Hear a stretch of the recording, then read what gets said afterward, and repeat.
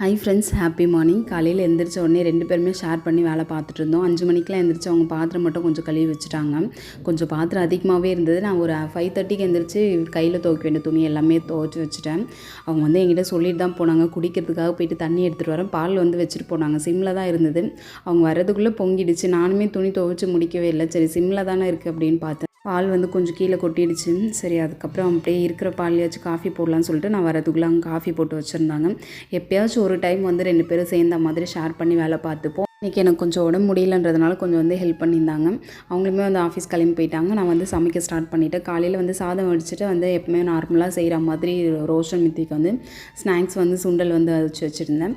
இந்த காய் நிறைய பேர் வத்த குழம்பு மாதிரி பண்ணுவாங்க. வத்த குழம்பு வைக்கிறதுக்கு அந்த மசாலாலாம் அரைக்கணும், அதெல்லாம் வீட்டில் சாப்பிட மாட்டாங்க. புளிக்குழம்பு மாதிரி வச்சா சாப்பிடுவாங்க.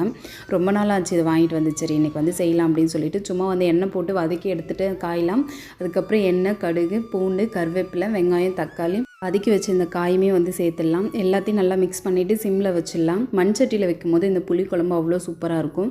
நம்ம புளி கரைச்செல்லாம் தனியாக கரைச்சி வச்சுட்டு நம்ம மீன் குழம்புக்கு யூஸ் பண்ணோம் பார்த்தீங்களா, அந்த மாதிரி மிளகாத்தூள்லாம் குழம்பு மிளகாத்தூள் கொஞ்சம் மஞ்சள் பொடி போட்டு எல்லாமே ரெடி பண்ணி வச்சுருக்கேன்.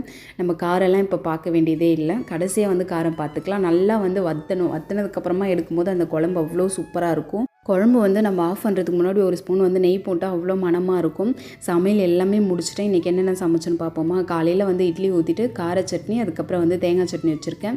ஸ்நாக்ஸுக்கு தட்டைப்பயிறு அவிச்சு வச்சுருக்கேன். 2 பேருக்குமே இட்லி சட்னி வச்சு கொடுத்துட்டு அவங்க சாப்பிட்டுட்டாங்க.